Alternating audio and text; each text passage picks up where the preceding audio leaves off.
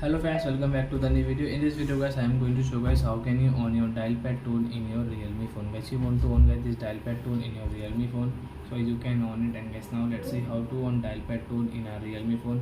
In this video guys, I am going to show you friends. So before starting video friends, I want to tell you guys, if you need my channel, so first of all go and subscribe my channel, click the bell icon and like my video. So friends, now let's start the video friends. First of all, open your phone setting to on dial pad tone, then guys scroll it. As you can see your sound and vibration, so guys tap here and guys scroll.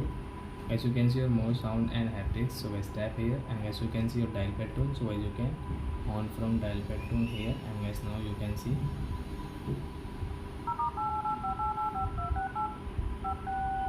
So you can use your dial pad tone in your Realme phone. So I hope friends you have understood how to on dial pad tone in a Realme phone. So that's it guys, thanks for watching guys. Now we will meet on guys next video guys with new topic. Before going guys, please go and like my video, subscribe my channel. Bye bye friends.